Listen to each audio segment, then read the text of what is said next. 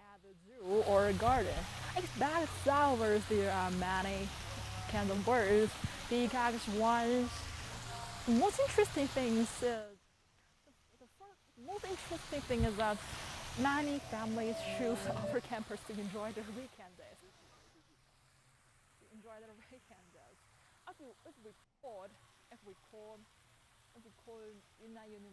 If we call Yunnan University at the Spring City.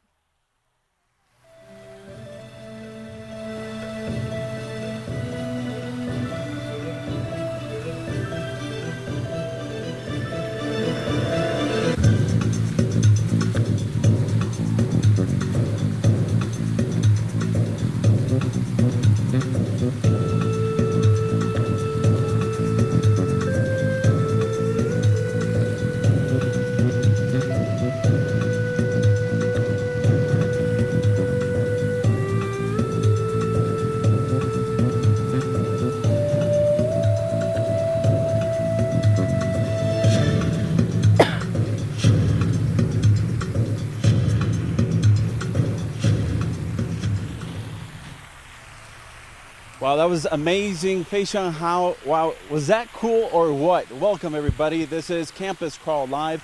I'm your host today, Oscar Margain. Thank you so much for joining us wherever it is that you're watching all over the world through our social media platforms, including Facebook, Twitter, Weibo, YouTube, and of course our CGTN app.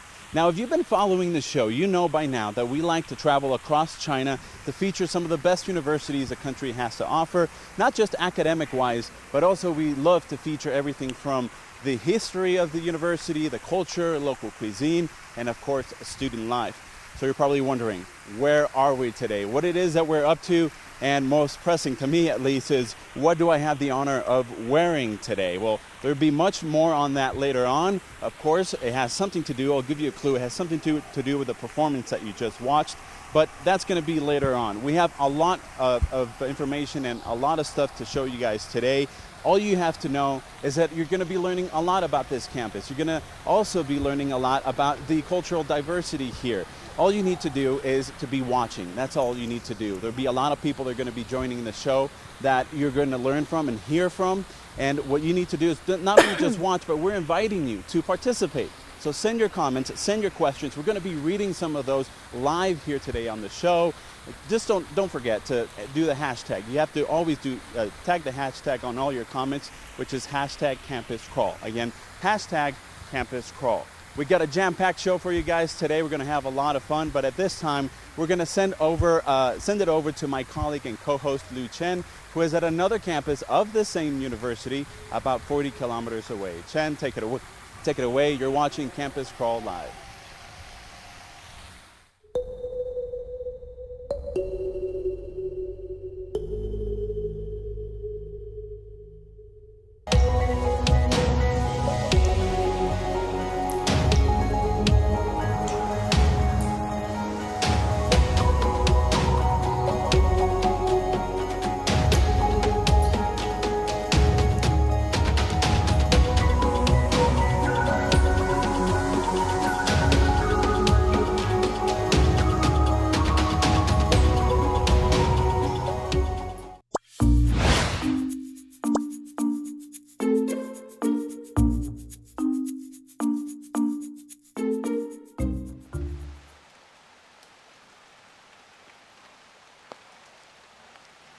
Welcome back to CGTN's Campus Crawl Live, and I am your campus crawler Liu Chen today. The gorgeous thing you just watched in the video was actually filmed in the Yunnan University, and I'm now right here. It's raining today in Kunming. This place has been voted as one of the most beautiful universities in China. So today I will have a trip around at the main campus, and my colleague Oscar, who is 40 miles away from here, is waiting at the Chenggong campus. He will show you around over there. And you may join us through different ways, leaving comments on our social media platforms with hashtag Campus Crawl. So Oscar now is there with dancers who performed at the beginning of the live stream today. I believe he has got a lot of questions to ask them. Let's see what he is doing over there.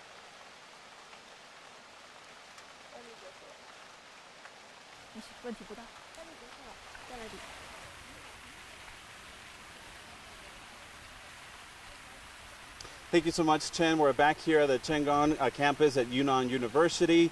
And before we continue, I want to remind everybody who's watching, we're going to have some questions pinned to some of our social media there. We would love for you to participate and to comment. Also send us your questions and we'll try to feature some of those here live on the show. We will also have a poll and in some of our social media platforms. So please participate. We want to hear from you today. Now, before we continue, as we move on and get to visit this fabulous campus, we are joined here today. We've asked to have somebody to show us around, and that is a student ambassador here from Yunnan University.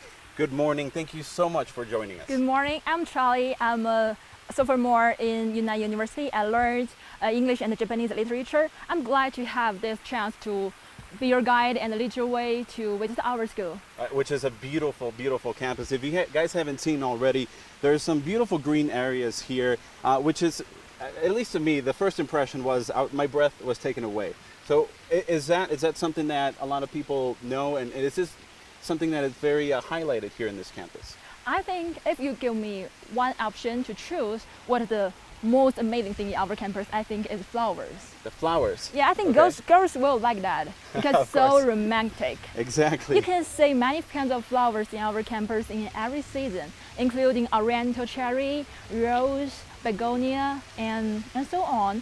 And we're always treating our university as a zoo or garden. As a zoo or a garden, well, it's true because it's just all the green spaces here are just fantastic. Now tell us, apart from the obvious beauty of this campus, tell us a little bit more about the academic programs. What is Yunnan University really known for? I think is an ethnic subject. Okay, the ethnic subject. Okay, very nice. And so what about that? Because of Yunnan have 26 minorities, and 15 you just can find in Yunnan Province. It's unique. It's unique. So that means that, does that mean that they're native, 15 ethnic groups are native to Yunnan Province? Yes, it's native. Wow. And how many are there overall in China? 56. So you're saying that about half of all the ethnic groups in China, maybe just under half, are here in Yunnan Province? Yes, that's amazing. That is very amazing. That is one of the reasons, I believe, we had this beautiful performance. And with the lovely ladies that we saw at the beginning of the show, tell us a little bit more about that performance that we watched, and tell us how does that tie in with the ethnicities that you're talking about? They're dancing from Thai, and their clothes and ornament is Thai clothes.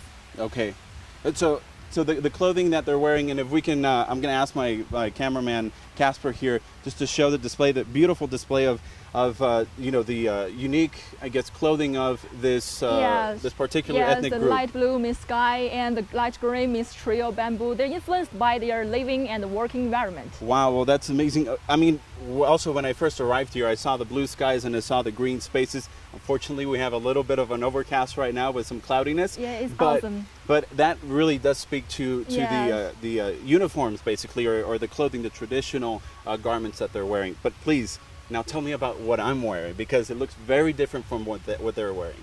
Okay, your clothes is from Va. Va? Okay. Yes. Name of the group is Va? Yeah, and I know the black and the right in this minority, it means lucky. Lucky. I want to ask my cameraman Casper if we can get just a little closer, just to see some of the details here, because we see a lot of colors, and it's a very beautiful, colorful display here.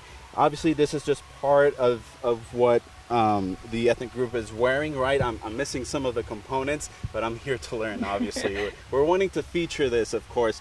You talk about how black and red means lucky. Yes. I feel really lucky to get to wear this here today. You're really lucky. Yeah, and in China, the red is also a symbol of lucky, correct? Yes, we always give red bag or lucky bag. Well, I would want to say that the people here in Yunnan Province are very lucky to have these, beautiful green spaces and the blue skies, and it's just the wonderful weather year-round. You talk about how it's a spring, it's known for its like spring temperatures. Yes, it's like a spring. It's a spring city, and our university is a spring campus, I think. Now, before we continue, I do want to basically get to introduce every one of these lovely ladies who had a really awesome performance. We're very lucky to have them here today. So I'm going to ask your names, and please tell us what ethnic background or what ethnic group you guys belong to. Is that okay? So let's start with you first. Hello, my name is Zhai Xinyi, and we are all second-year college students. And I'm the only Han among the 5. The Han. Okay, so Han, tell me if I'm wrong. Han is the largest ethnic group in it's China. the majority. Okay, the majority. Very nice. Majority. And so this is a student group, and I'm gonna now move on with this second lady here. Hi guys, my name is Chen. I'm a Mongolian. Mongolian, very, very nice. And over here? Hi, I'm Li Xue, and I'm a girl of Yi. Yi, okay. And over here? Hi, I'm Li Wenchong, and I'm a Li Su. Li Su. Yeah, I'm Jiyun, and I'm a Hui.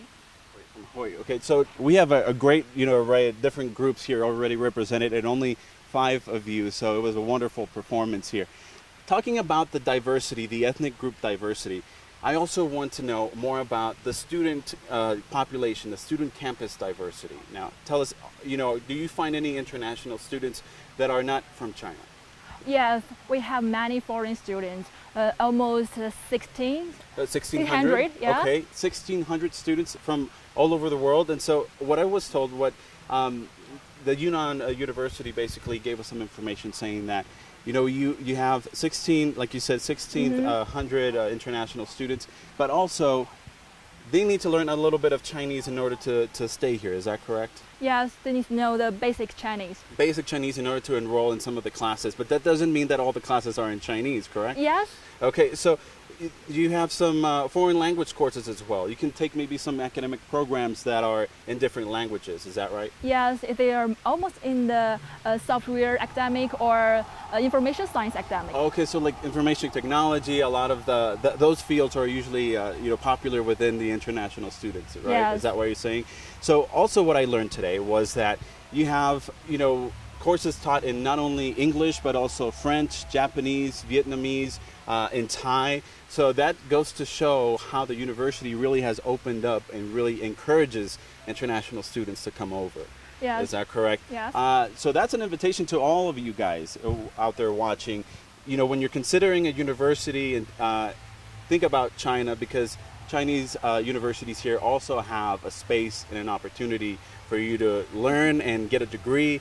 And it doesn't all have to be in Chinese. It could also be in their native languages. Is that correct? Yes. Okay, well, I'm going to take some comments right now from you guys. I know you're watching. I know you're starting to comment. I've got my phone right here, so I'm going to start checking some of those. And let's see what people really have to say. I'm very interested of what people have to say. So we've got Sharon Collins saying that the costumes are beautiful, which is an understatement. They're obviously beautiful. Now, when we talk about other ethnic groups, obviously, this is particular to one, and this is particular to another one. Are all the other ethnic groups that we find in Yunnan Province, are they also very colorful and unique in their costumes and their displays of clothing? Yes, I think so. Okay, so but they all have different symbols, right, and different meanings. Yes, different symbol, different meaning. So I'm going to invite people to keep on sending your questions and your comments. I'm going to start wrapping things up here because we have my colleague Chen at the other main campus. She's got something very, very special for us to prepare today.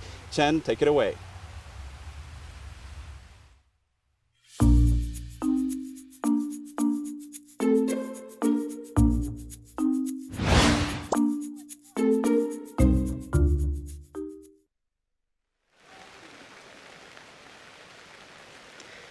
So the Yunnan University, the Yunnan Province in southwestern China is very famous for its rich culture of ethnic minorities.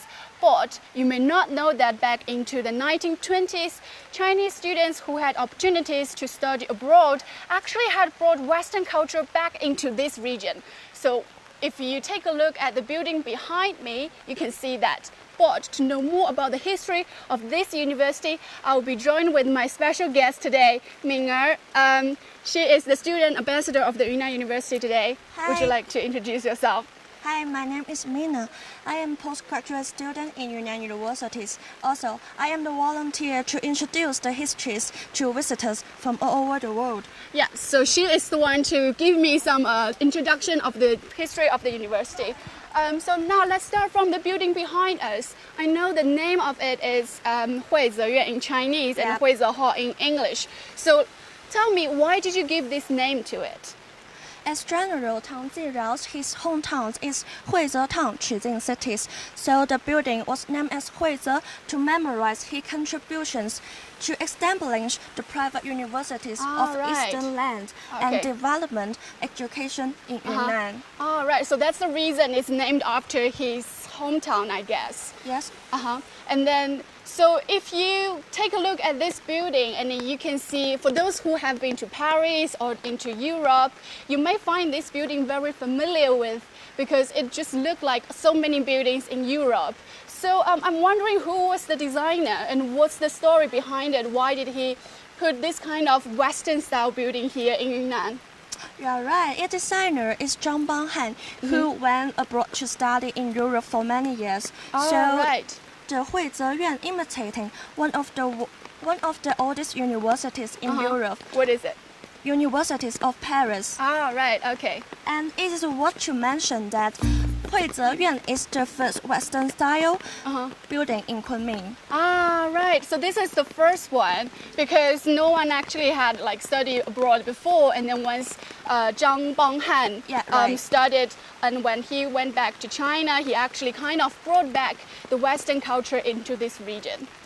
Exactly. Okay. So because I can tell that they didn't change much of this building. If you take a look at it, I feel like every brick on this building actually tells the history. They didn't change it. They didn't reconstructed the whole building. So I really appreciate that. You keep the history as it was in the past time. But just one more question. How do you make sure that this building stand up as solid as before? That is because all the construction materials of the building was selected and purchased from the foreign funds at that time. So they actually shipped all this stuff all the way from somewhere else in the Western countries and back into far from Yunnan. the Kunming. Wow, okay. So how long would it take? I'm wondering. Probably years long. Maybe so. Even up to 100 years, it is still going strong. Yeah, that's why they probably had interior decorations in these years, but if you look at the building, it didn't change that much. Right, so this is the first building we'd like to talk about at the main campus. Now let's go to the next destination. I guess this is the oldest building in this university, right? Yes, it is the examination residence, initially constructed in 1499. Okay, so in the 15th century. And it was used as the examination hall for the imperial examinations at the provincial level for the Yunnan and Guizhou province. And during the Ming and Qing dynasty.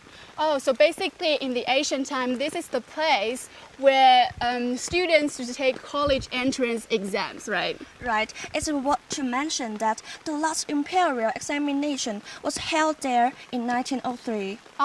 Okay. So I remember the name of the exam was Keju in Chinese. So it was kind of college entrance exam back in the Ming and Qing dynasty. And if you take a close look at it, there is a special decoration over there, and I would like to show you guys. There is some simulation of the imperial examinations. We have to take a look. Take a look over there. Just give me a minute. Right. So what is it? The one who was sitting there is the chief examiner who was appointed by the emperor directly. Okay, so you mean that this one, the main examiner, he actually probably traveled from Beijing to Yunnan? Yes. And I heard it took nearly 3 months traveling from Beijing to Yunnan. It took us, I don't know, 3 hours on the plane. No. But at that time, 3 months. Yes, totally right. And the other one who was standing there is the associate examiner who was undertaken by the local administration. Okay, so this one is from the local government. Yeah. So what do they do? They in the exam they watch the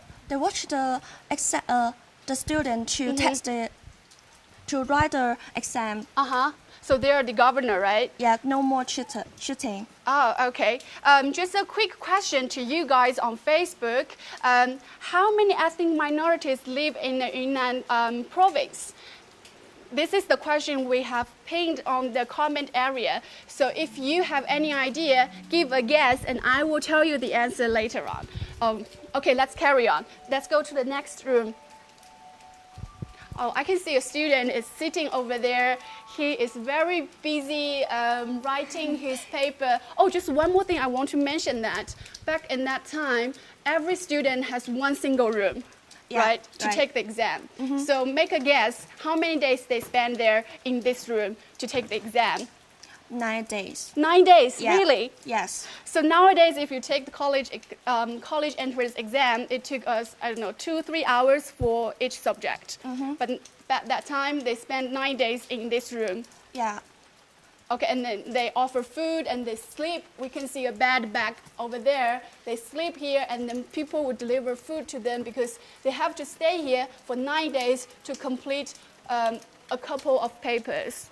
And he must pass the examination at the county level before he come here to join the examination. Right, yeah, because in this building you can see they actually offer very limited number of rooms. So it means not everyone is available or, I don't know, capable, authorized to come here and take exams. Right, and then if he pass the both of 2 exams, he would be allowed to join the examination at the highest level, which would be held in capital city in following year. Oh, right. So this is kind of once you pass the county level exams, you come here. Join the provincial level examination. So this is the provincial level. And then if you pass this exam, traveling to Beijing for 3 months, and then you take the final exams over there. So it sounds much harder than we take now. Yeah. Is it true? Yes, it shows. And then let's go to the next room. This is another student, right? I mean, student. But he looks much older than the previous one, to be honest, yeah. Actually, he is the oldest candidate. How old is he? 68 years old. 68 years old, seriously. So he is one of the candidates back in that time. Yeah. So does it mean that people in any age group, they can take the college entrance exam? Yeah, because in the ancient China, people believe once a person passed the imperial examination, his social position would have a sudden rise. Moreover, it shows the characteristics of the imperial examinations, which were fair, just, and open. Ah, right. So this is the standard, the reason why they hold these exams. So no matter you are 20, 30, even you are 70 years old, you can take exams. Okay, so I guess you still have this kind of concept in nowadays, either exams or the Yunnan University, you educate the new generations, right? So that's it. Okay, now thank you so much, Ming'er. I learned so much about the history of this university. But as the growing number of students in this university and the people here, they want to offer better support to students. They built up a second campus in Chenggong. That's why Oscar is over there. And I'm wondering what he has found over there. Let's give it to him.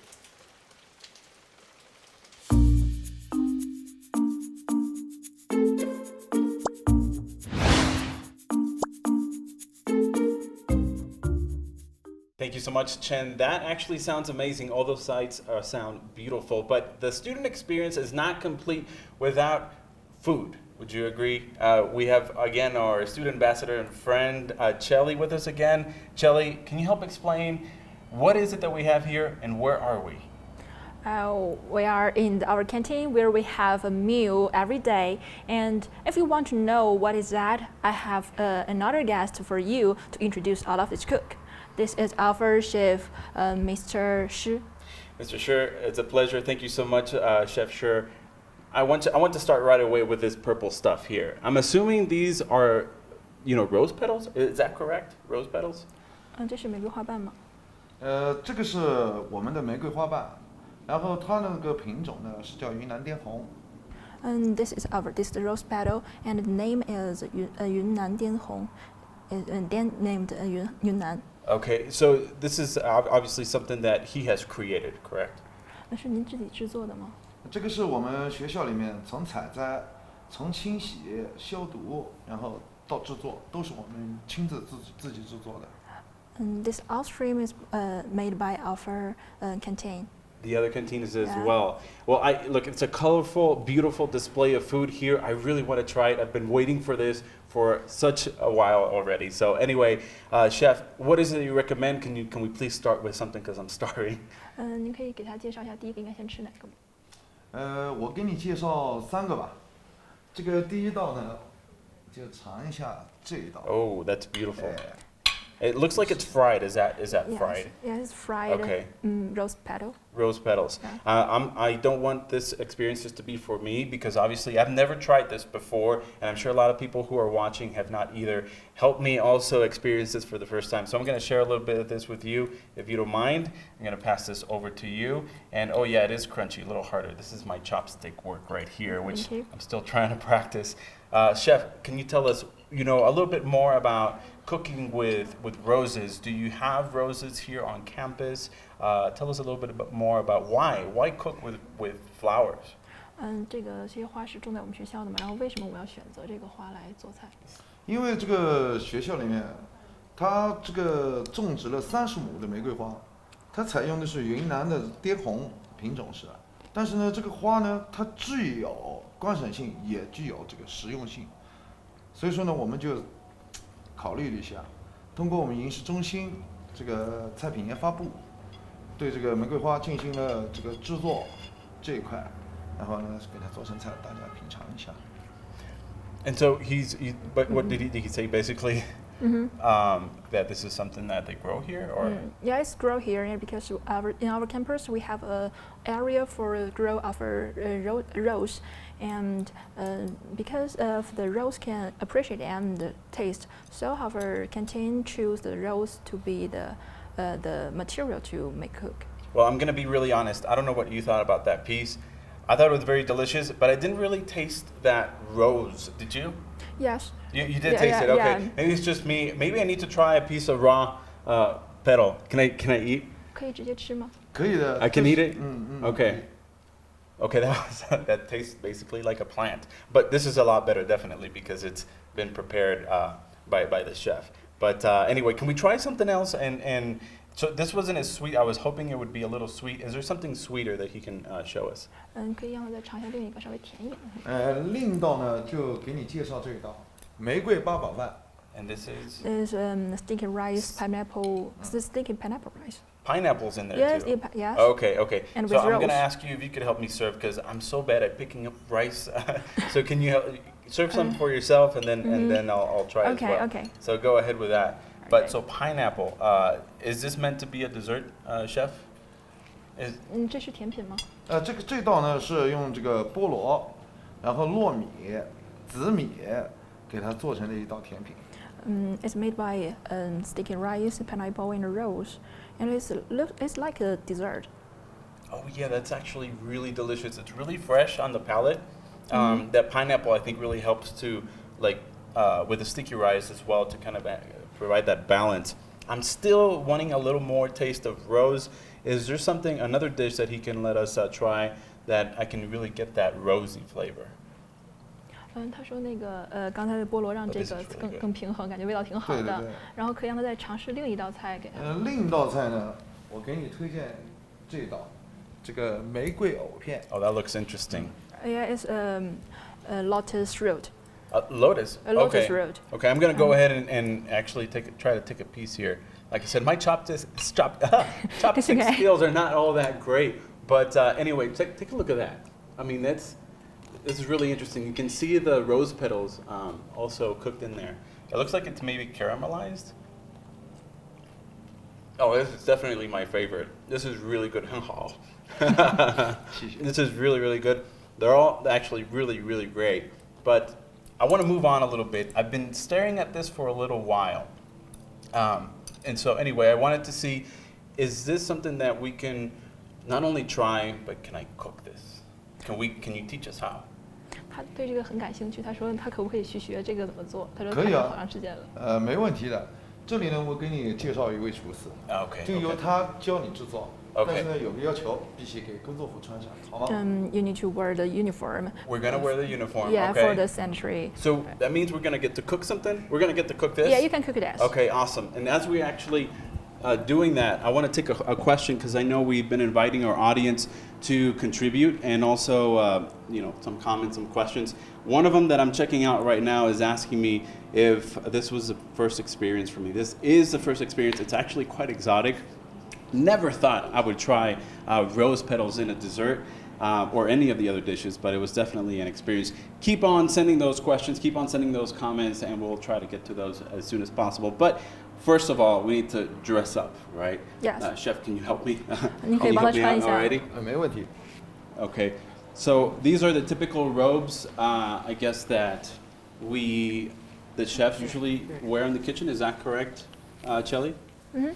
Okay. So this is what we need to wear. Everybody has to wear this when they go into the kitchen, correct? 是每一个进局的人都要穿这个衣服吗？是的，这是必须的。 Yes, is 因为这个是根据我们这个卫生法规定啊，食堂规定是必须。 Check this out, guys. yes regulation. Okay. It's sanitary requirement. Do I look the part? That's the whole purpose here. Oh, now I get. 谢谢. Thank you so much. So they're actually making me look like a chef. It doesn't mean that I'm going to cook like one. Chef Lee right here apparently is going to teach us how to bake some of those rose pastries right there. So anyway, getting me all suited up and prepared. And okay, this This goes is in your the mask. mouth? Yeah, it's Okay. in the mouth. And I'm guessing this is for sanitary purposes? Yeah, it's for sanitary requirement. I feel like it's a whole procedure here. Alrighty. Does this look good? Paul? 看起来可以。 Good. All right, we good to go? Awesome. I'm so excited about this, guys. We're going to follow. Oh, okay. There we go. Oh, see, I didn't do that properly. You can hear me a lot better, I'm sure. We're heading that way. We're heading to the Yeah. kitchen. All right. This chef will lead your way to make the Awesome. dress. I'll follow you, Chef Lee. Thank you. And so we're headed out here.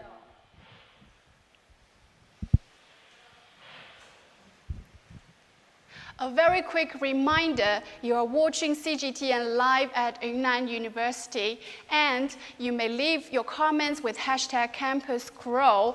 And we're all wet now because my cameraman, my director, and we're all wet because it's heavily raining right here at the main campus spot. I heard over there at Chenggong campus, Oscar there enjoy the food and they have the nice weather, and you can tell how far the two campuses are between each other. So now, let's go to the next part. If you're a big fan of social science, this is the right place to come because Yunnan University has one of the best anthropology research center in China. And we may learn a part of their research projects from the museum behind me. And I'm very glad to be joined with Associate Researcher Ms. Zhao, who will be my guide at the museum today. Yeah. Hello everyone, I'm your guide today. My name is Zhao Haijuan, and then I will share something interesting in our museum. Yes, let's learn something about anthropology development in China. Let's start from this part. Somehow this part looks very scary, isn't it? If you give a close look to each mosque.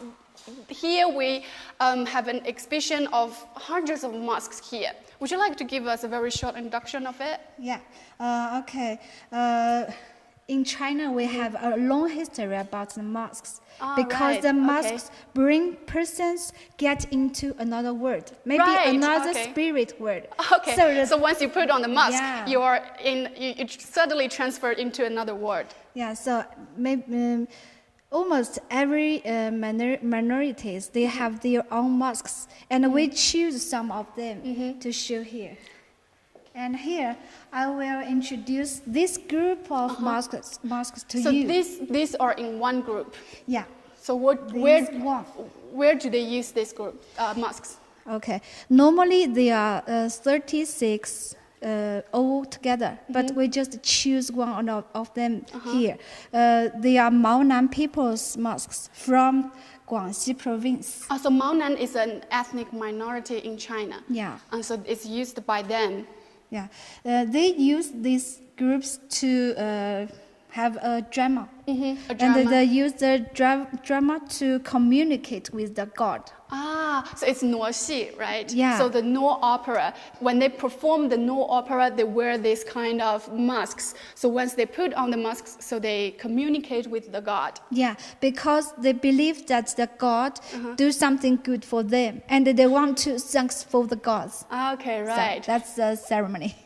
So that's the story behind these masks. If we take a very close look at them, look at the blue one there, it looks very scary. If you look at the others, they look like real human beings in our daily life. But this one, somehow he is a human being, but he is very scary. He looks very scary. Yeah, but maybe he's not a bad person. Right. So even if they have different lookings on their face, but it represents different characters in the Noh drama. Yeah. So is it true that we must wear masks as they're performing the Noh drama, Noh opera?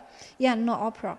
Okay, right. So let's go on. Okay. So these are for Noh opera. So how about these masks? How do you think about them? It just looks like a Peking. They look as scary as the others. But it looks a little like the Peking opera. True, right? that's true. But it's not the Peking opera. It's okay. But it's Han people's masks. Okay. It's from a small town called Gaochun. Gaochun. About Jiangxi province. Right. So different masks created by different ethnicities has different presentations on their face. Yeah, and in the middle, that's the chief, and he is a general. So he's the boss. Yeah, the boss. And in the festivals, people, the villagers choose one person who is very strong, a strong man, a strong. Only strong man. Yeah, and he have to put the whole mask on the shoulder. It's very heavy, almost 100 kilograms. This one, this big one, look at it. This one is nearly 100 kilograms. Yeah, and he had to hold it by this mantle sheaf. Right. So this is the tool to help him to carry on this huge mask. If you take a look at this, the red face mask, it has over 108 figures has been created separately and put together on the board, and the person, the strong man, has to carry all of them. Yeah, and then go around the village. Go around the village. Yeah. And he has to work. Yes, of course. And people at the villages believed that the general will help them to protect the bad things, the evil things, and to have a good harvest. So as he wearing these masks and walking around the village, he will protect the villagers from all this evil stuff and keep them away. Yes. Okay, let's go on to the next part, because we can't go through everything in the museum. It's a pity that we have very limited time here, but we have selected 2 parts of them that I really want to share with you guys. So this is the second part we would like to talk about in details. We can see, I can count like 15 paintings hanging on the walls. So what are they? Yeah, okay. It's very important for our museum also, because they are very rare now. Okay, so you could barely see this in our daily life. It has a long history. Maybe it's made in the Qing dynasty. So back in the Qing dynasty, they created this. Yeah, they are the Yao people's Taoist painting. Okay, so Yao is another ethnic minority in China.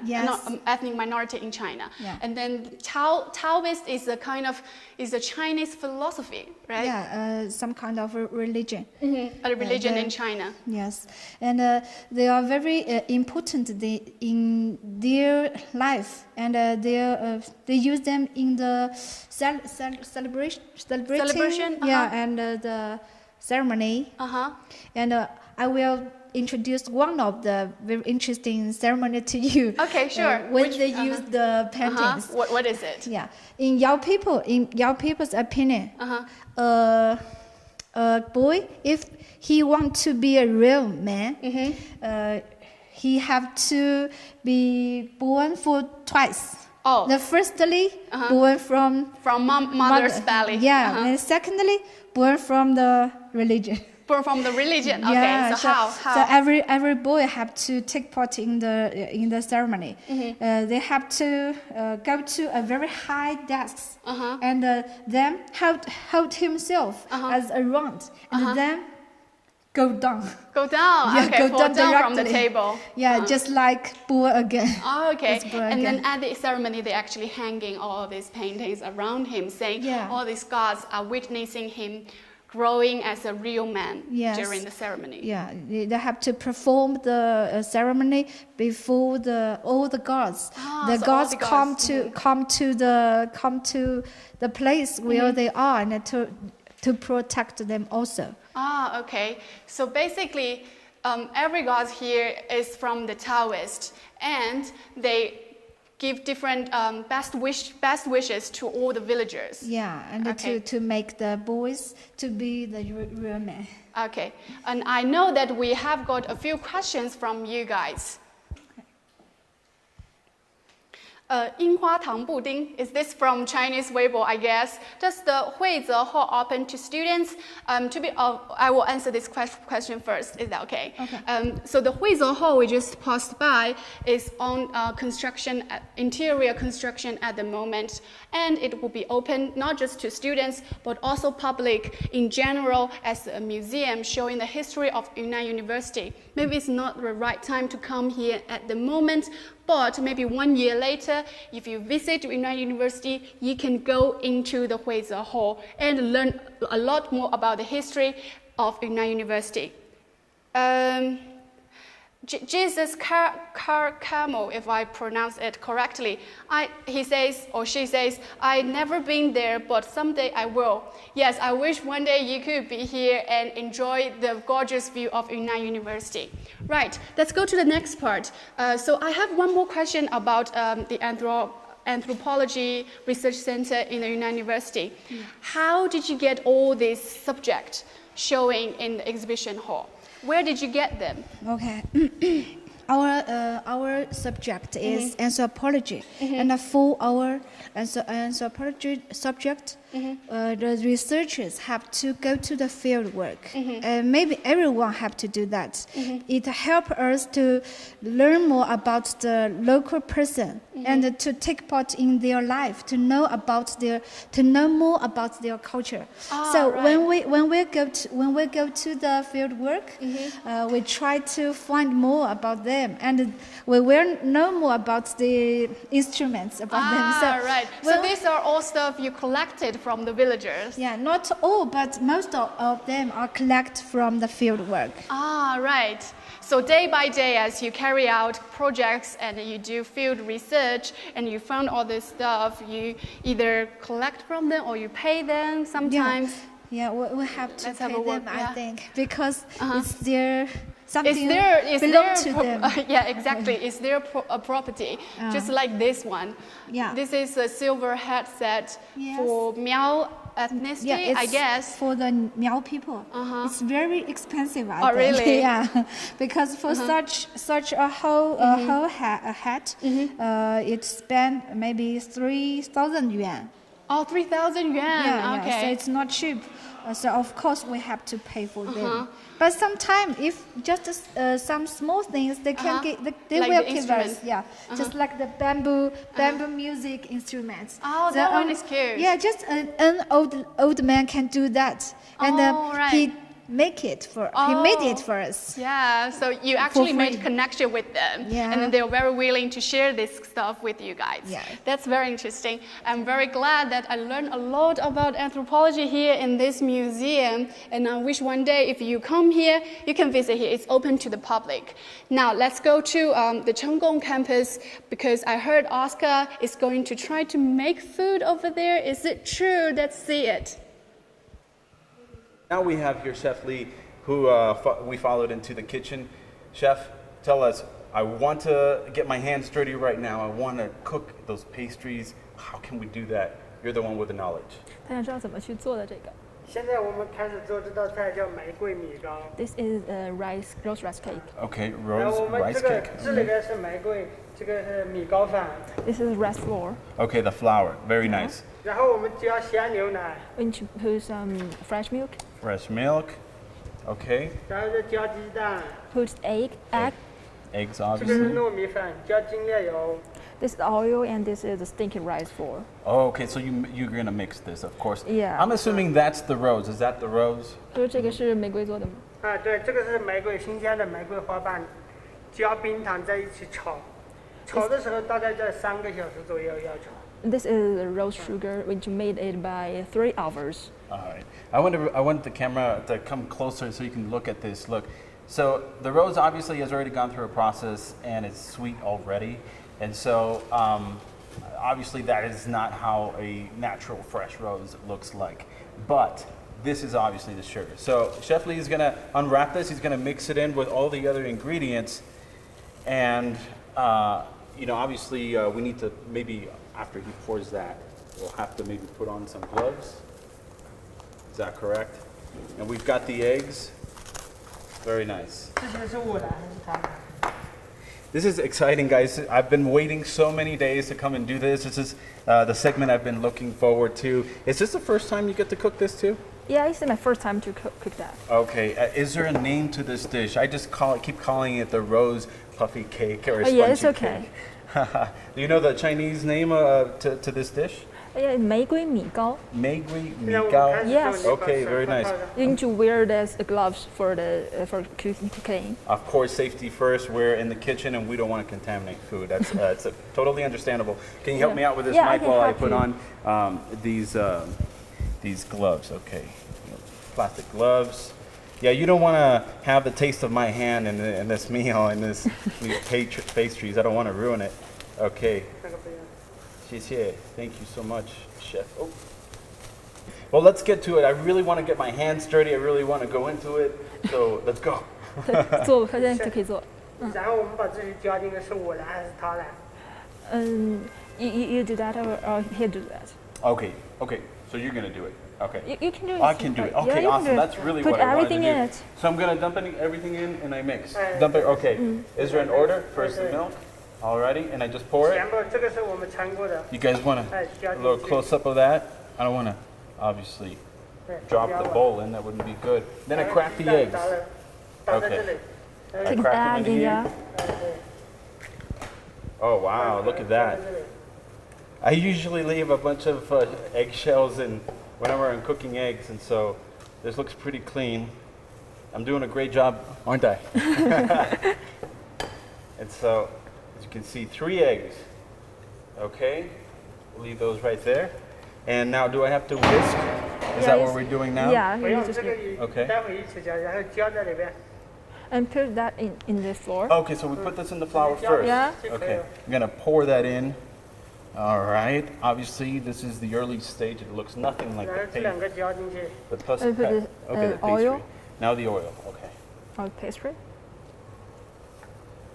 I look like I'm doing the real thing here, guys. It is the real thing. 那个浇进去。 Stinky rice And now flour. the sticky rice flour. Flour. Okay. And I'm gonna just all in. 哎，对 Okay. 对对对，好的。 Okay. 然后用这个 You 把它 just stir 把 in 它 it. 搅均匀。 Okay. I'm gonna whisk this now. Obviously, I'm not. 你手是这 Okay. 样哎 Yes, 对 you do it, 这样 chef. 这样把它就好搅了，然后这样做啊，你来。 You need to hold it like him. Like him. And do I Yeah. do it slow? Okay. All right. So what is it that what's the consistency like? What is the goal here until it gets hard, or you want it very mushy? What's the best way to cook this? Like as I'm stirring. 就是怎么才能搅得更好一点？对他来说。从一个顺时针的方向，不要搅过来搅过去，一个方向搅，一直这样搅。 Just stir it 很快 in 就 one 可以。 way. On one way, it's good. One way. Okay. Yeah. So this is actually good. 哎，对对对对对对。这个 Okay. 可以吗？啊，就这样 OK。 We don't want to 再 overdo 来一 it. 下 Okay. 再搅。 Which, there we go. Now there's a reason why I didn't become a chef. I'm not very good 还 at 不 this. 可以，还要再搅。一直 One Continue more. it. Continue. Yeah, continue. Okay. We're gonna continue here. This is getting thicker as I keep stirring, guys. So it's obviously gonna make me break a sweat. Okay, I see. It looks like the ingredients to pancakes. That's what it looks like to Pancakes? me. It's cupcakes. All right. Is that good? How? 这样可以了吗？再来一下，再来一下。还有 Continue. 干面的。 Okay. 这边再来一下，再来两下。Continue it. Continue, Yeah, continue. So we're not stopping here, obviously. Maybe seconds. So as we're doing this, can the chef tell me 然后现 what's... 在把这个加在里边。 You need to put the roast sugar in it. Okay.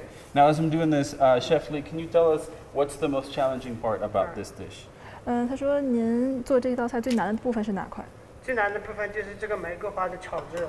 The most challenging part is how to make the sugar, roast sugar. Oh, okay, Because which is what I just poured right now. It needs to spend a long time, about 3 hours, he said. I see, okay. And obviously, it's just going to be a very sweet dish. I know there's some sugar, but people eat it as a dessert, or how do they eat it? 这个是当甜品吃，还是当饭啊，或者是怎样的？哎，对，当甜品吃。 It's like a dessert. Like a dessert, okay. Yeah. Okay. Is this Chef Lee's creation, or is this something original and unique to Yunnan University? 这是您自己想出来的吗？哎，对对对，这个是经过我们多少厨师在一起研发的。It's created by Yunnan University. There's an innovation for them. An innovation. Okay. Yeah. See, that's what's cool about this place, guys. You get to try, not only a variety of dishes, desserts, and take advantage that you can try flowers, roses specifically. But at this university, it seems like you can, get food that you can't get anywhere else in the street. Is that right? Yeah, these are our school's typical things. Okay, very unique stuff. That is awesome. So if I were a student here, this is something I would definitely be eating very often, because you want to take advantage. You can't find it anywhere else, right? So not even in Beijing, which is where I currently live in. So this is quite a unique experience. So are we going to start pouring into the cups now, or? 要倒到那个杯子里了吗？啊，对对对，现在可以了，这个。 Pouring 可以 it 了， into 然后把 cupcake. 它装在这个杯子里面。 And how many does this batch make in total, like with all this 这 that 些 we've got 可以 right 做 here? 多少？就20份左右。这个是以主料为这个米糕粉400克，还做出来的产品是这个杯子的20个。 You can make 20 cupcakes. 20 cupcakes Yeah. with this right here. Okay. Yeah. Now, if I go like that and I eat it, 它 no, 可以直接这么舔一下吃吗？这个还是生。 It is raw. that's right. Yeah, you cannot try it. Of course, it's not like the petals that I was trying to put Yeah, in my mouth. but it's petal. Right, you have the petals, but obviously you have the raw egg. Okay, so you're 你 gonna 可以尝 scoop 一 that 下 out. 这个它的甜度啊，这些还是可以。 Oh, and then we can flour it into the cupcake cups. Awesome. Okay, so I'm gonna let Chef Lee do that. 哎，对对对。 I can hold the cup here for him. Can I set this aside? Yes, okay. Okay, thank Use you this so spoon much. and put it into cups. Put it in the cup. Yeah. Okay, we'll do it together. So, is this enough? Like, I'm 哎， I'm making a 好， mess. 就这样，多了一 Yeah. 点，多了一点好。 It's okay. It's okay, okay, Yeah, it's okay. enough. Okay, so I'm gonna set this one aside and I'll take one more here. Now, do we have?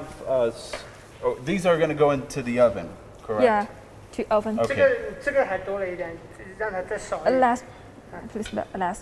对 Then 这 that 个 one. 刚好。 Oh, okay. Very nice here, guys. Well, this is obviously a unique experience. We're going to put a couple of these in the oven, and we're going to wait, a few minutes here, hoping that these will be ready by 量 the 再少 time. 一点。 Please, the last and the not. Less. Yeah, Okay, more I'm putting less. too much.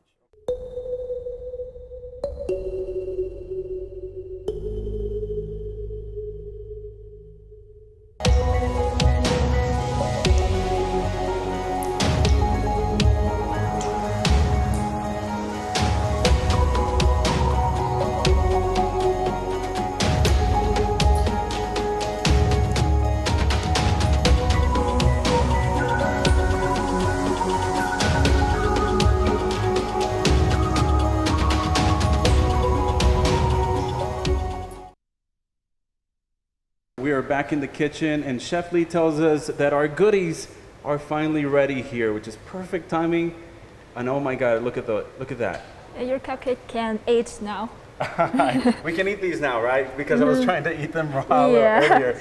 Oh my, Chef Lee, thank you so much. Let's try them, please. So I want you to have one. I would like you to have one, and let's all try it at the same Okay. time. All right? Just wait. Still might be a little hot. Thank you. All right, and one Thank for you. you. I can't believe we made this, guys. The first time I get to bake something, obviously at a Yeah, it's university. my first time. It's your first time Yeah, as it's my well? first Okay, time. let's try it. bunch of you. Yeah. I don't even know if we're allowed to eat back here, but this is great. Yeah, that's good. Tastes good. Very spongy. And just This a is little bit cooked to sweet. perfect- Yeah, just a little sweet, not too much, which is great. Yeah. Guys, this was a great experience. Chef Lee, CSE, thank you so much. I really do appreciate it, and I hope you had as much fun as I did. Yeah. Thank you.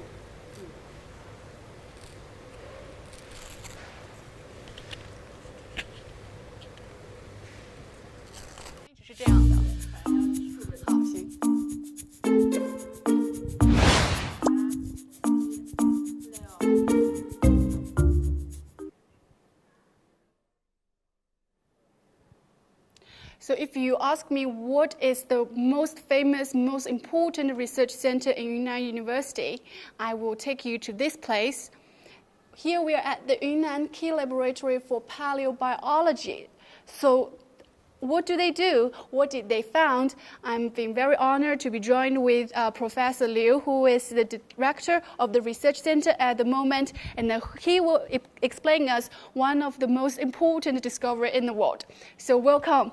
Yeah. Would you please introduce yourself to our audience? Yes, hello everybody. My name is Yu Liu, and I'm the deputy director of this lab currently, and I'm happy that we have the chance to show you around in this small but very nice exhibition hall. So this is the exhibition hall, very important, talking about the Chenggong biota. Yes. So before we start, what is Chenggong biota?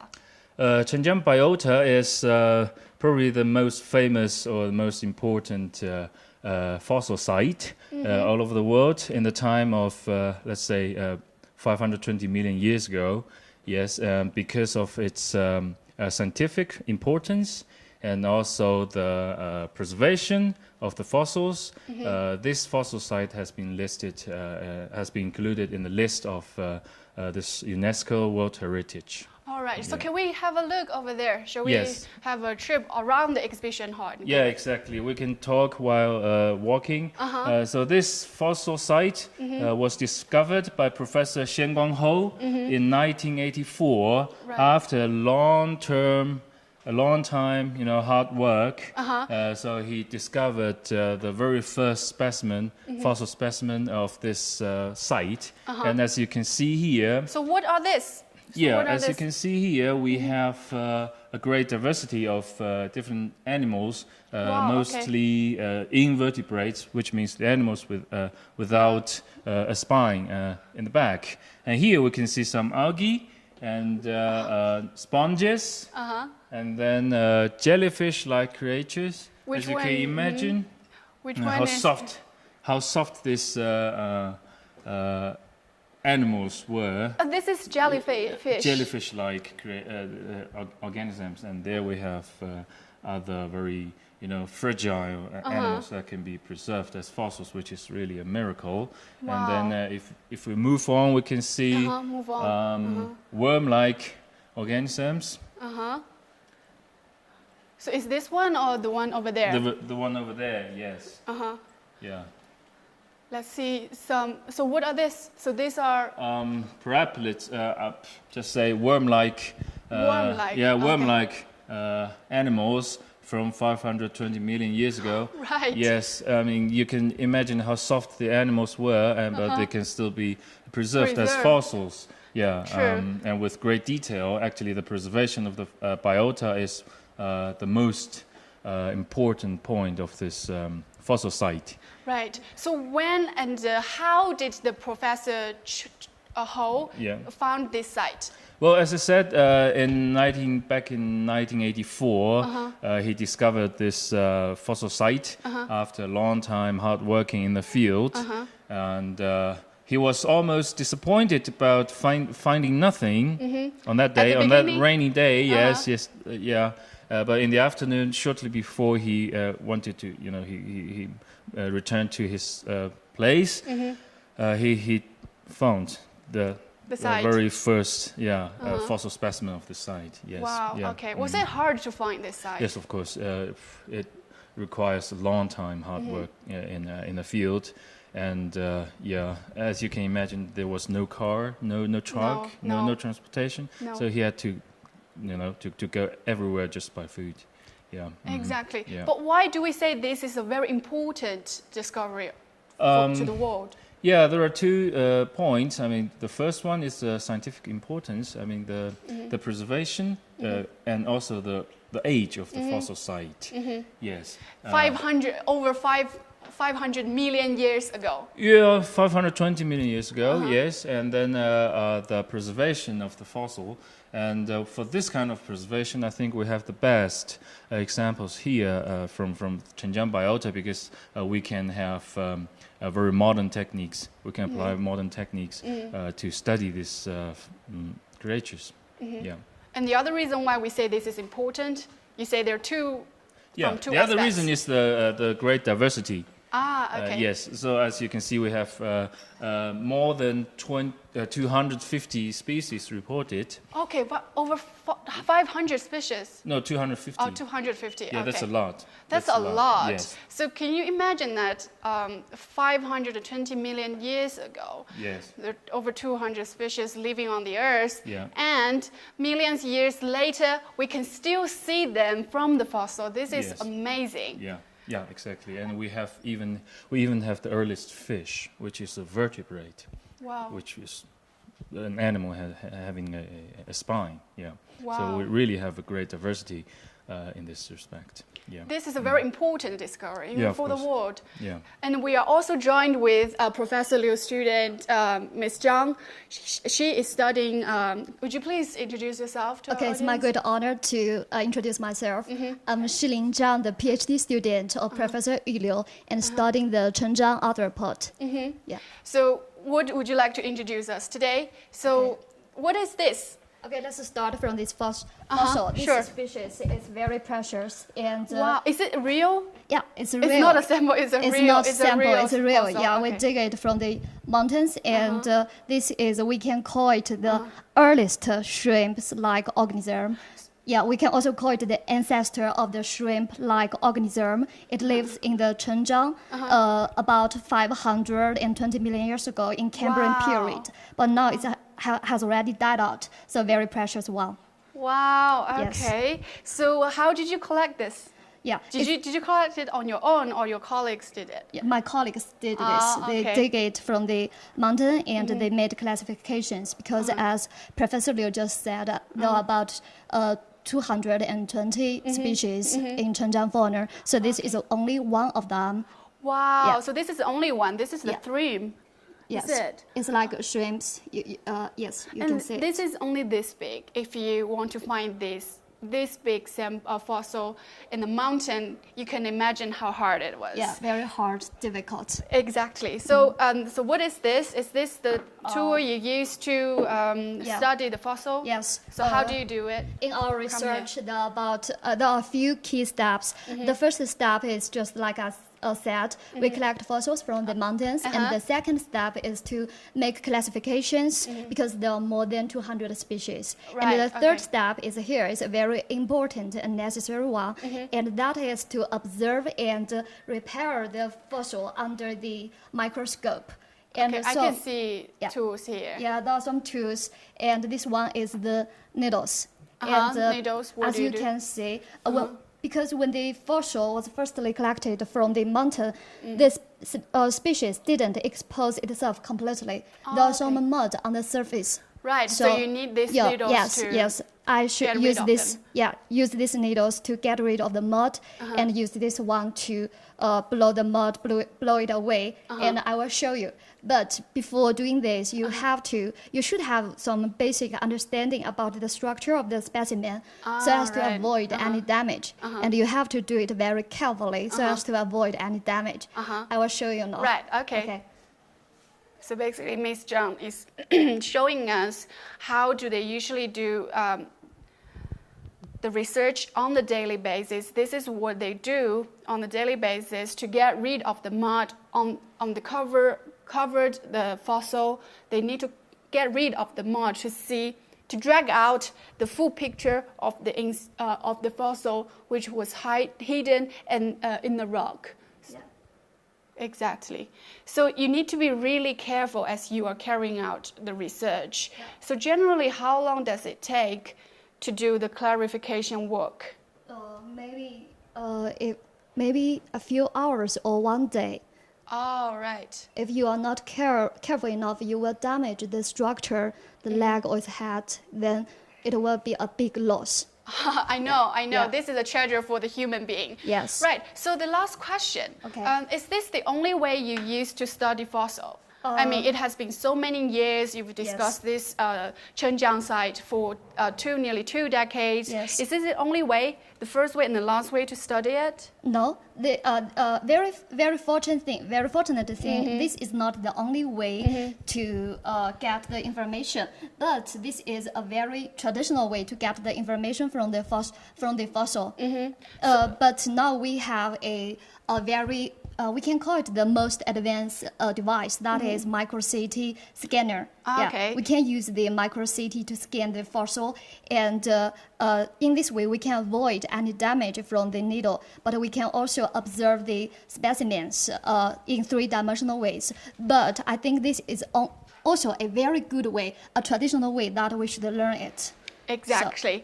So that's why. So the micro-CT is right now at the Chenggong campus, right? Yeah, Chenggong campus. And you travel actually between the 2 campuses to do the research. Yes. Right. So we're very lucky. We have Oscar over there at the Chenggong campus at the moment, and he is right now standing beside the micro-CT over there. Let's learn more about the latest technology studying fossil over there. Give it to him.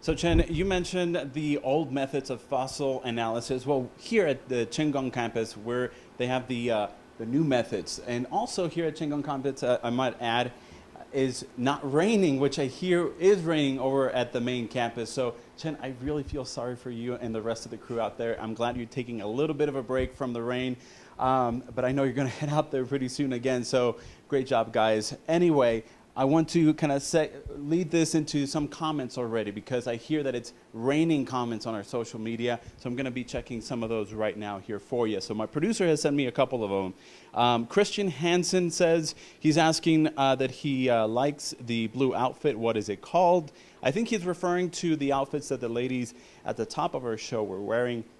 And I'm told here that those belong to the Dai ethnic group, which is what they were obviously displaying during their dance. So moving on to another question here. This one's from Shafquat Rabi Anik. He says, does China provide work visa after finishing their studies? That is a really good question, and I'm going to be honest here with you, Shafquat. I do not know, so we're going to try to answer the questions that we don't have answers to right now after the show, but I think the best advice I can give you right now is go on to the Yunnan University website.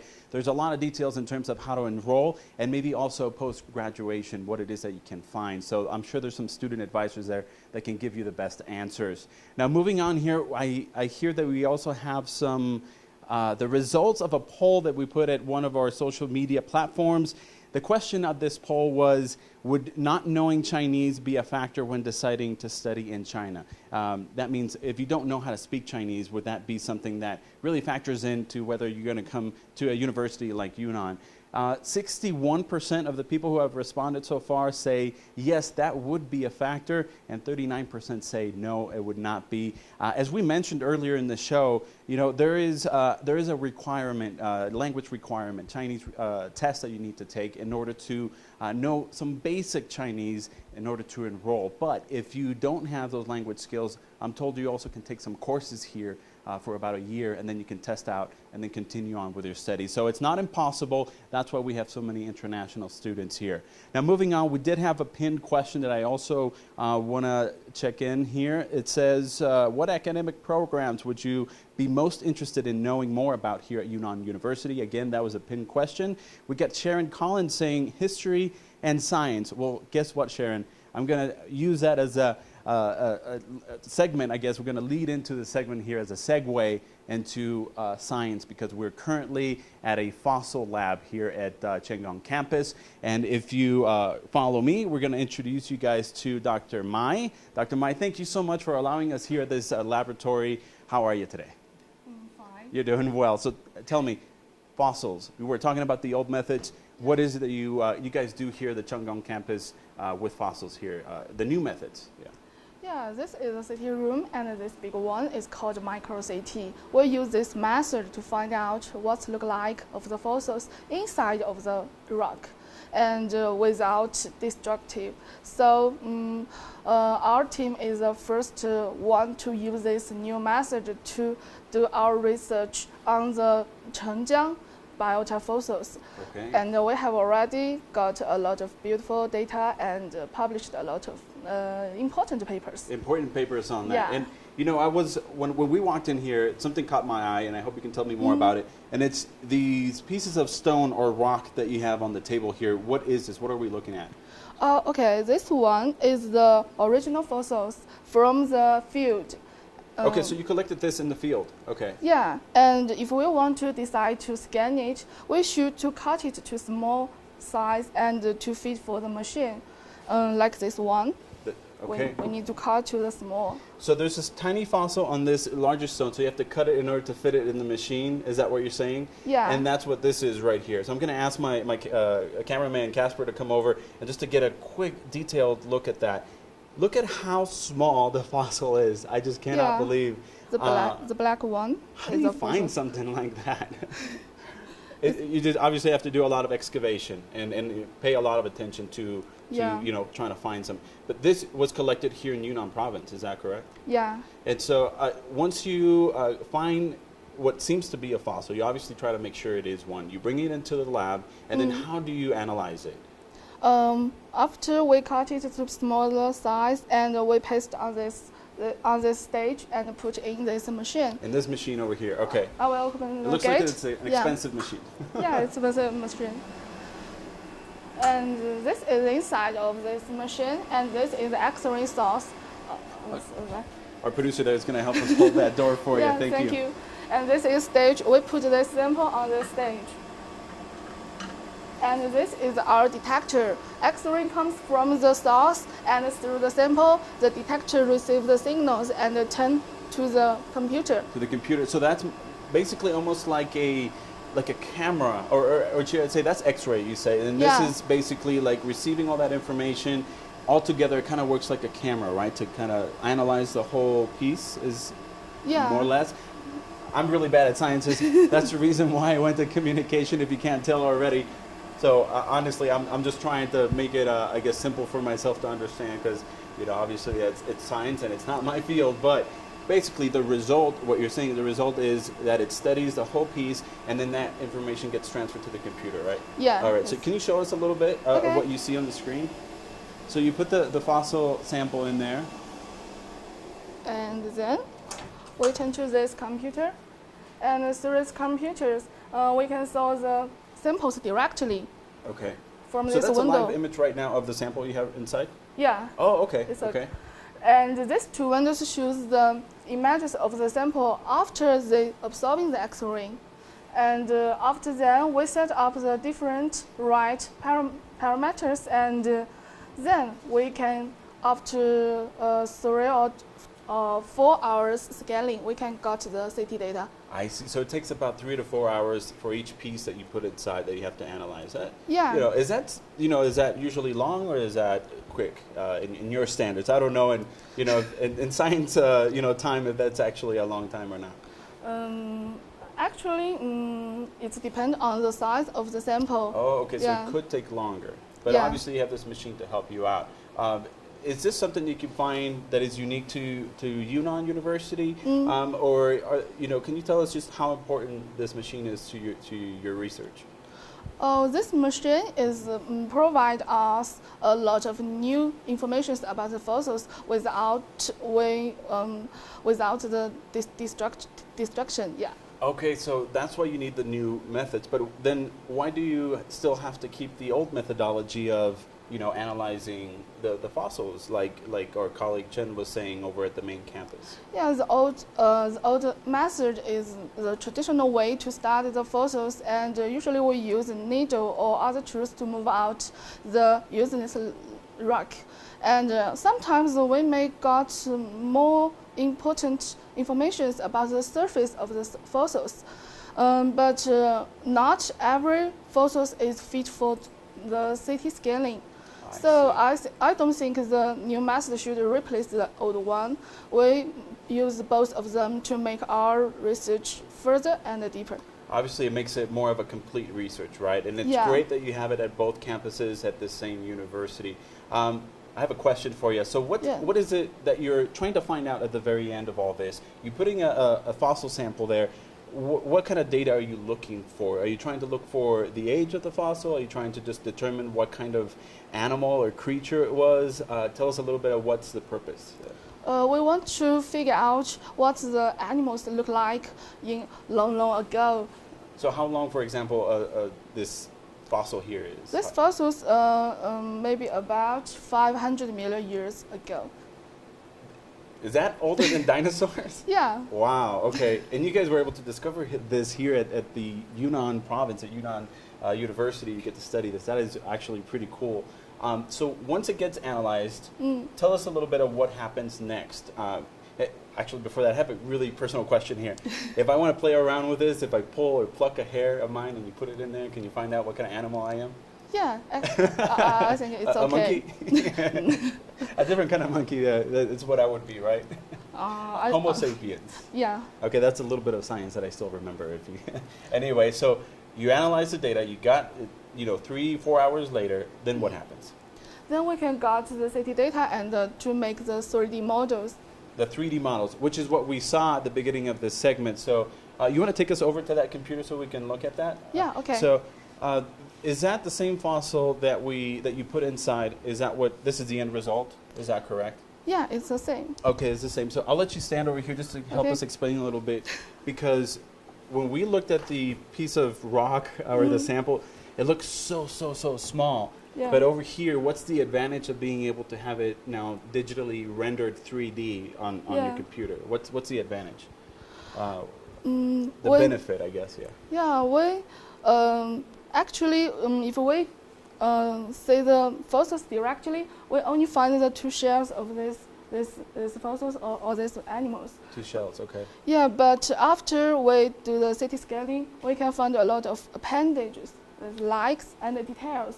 This helps us to figure out what the animals look like and what's the relationship between it and the modern animals. We can discuss the revolutions and paleoecologies of them. Very, very nice. It kind of looks like a crab to me, or a tiny, but obviously it wouldn't be because it was just so small, but also kind of looks like a bug. It's so interesting how it has all these, what seem to look like little legs and tentacles, right? So anyway, that's, the cool thing is that you can blow it up. It was so small, as you could tell earlier. Then you put it in the machine, and then this allows you to see more details, right? Just kind of enlarge the image and analyze the fossils a little better, right? Is that correct? Yeah. Now tell me, you, I heard that there's some new publication, there's some new research that you all published recently. Tell us a little bit more about that. This 3D model is from that publication where our team did latest, and it's published on the communication biology. This journal belongs to the Nature series. Very, very nice. Yeah. So that means that obviously students who are enrolled into the university and get admitted and study, paleontology, anthropology, and get to, use some of these laboratories, they get to publish as well, which is very important for a scientist, right? Yeah, I think so. Well, that's really interesting, guys. So now this is just one of several of the sciences that are that you can study here at Yunnan University. And like Dr. Mai said, you got the old methods, you got the new methods, you got everything right here, so that's perfect. So I'm going to have to say goodbye. Thank you so much, Dr. May. I really appreciate your time. And it's also the end of my time here, so I hear that my colleague Chen is at the main campus, back outdoors, I believe, anyway, under the rain. And so Chen, please wrap it up for us.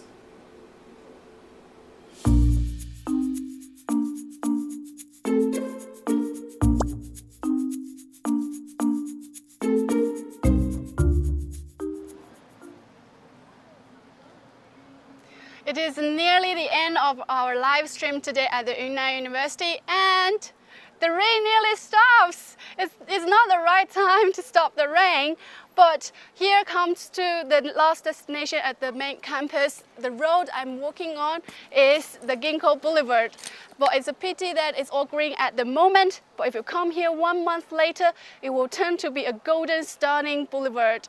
So you must come here probably a month later. It's nearly the end of our live stream today. I hope you enjoy the trip with us at Yunnan University and stay tuned with us. Thank you for watching today. Bye-bye.